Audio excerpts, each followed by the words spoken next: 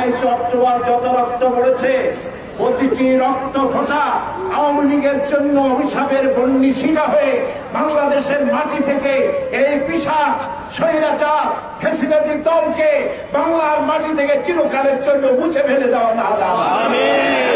প্রত্যেকটি রক্ত ফোঁটার বদলায় এই বাংলাদেশের দেশপ্রেমিক ইসলামী মূল্যবোধে বিশ্বাসী সরকারকে আগামী নির্বাচনে তুমি প্রতিষ্ঠিত করে দাও।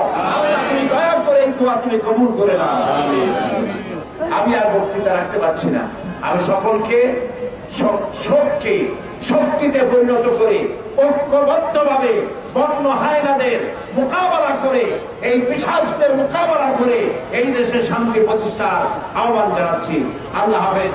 আমার ভাইকে মারলো যারা, দেশ জনতার শত্রু তারা, শহীদ হলো যে সব ভাইরা, শুধু তাদের অক্টোবরে 28 তারিখ রক্ত ঝরার দিন। অক্টোবরে 28 তারিখ রক্ত ঝরার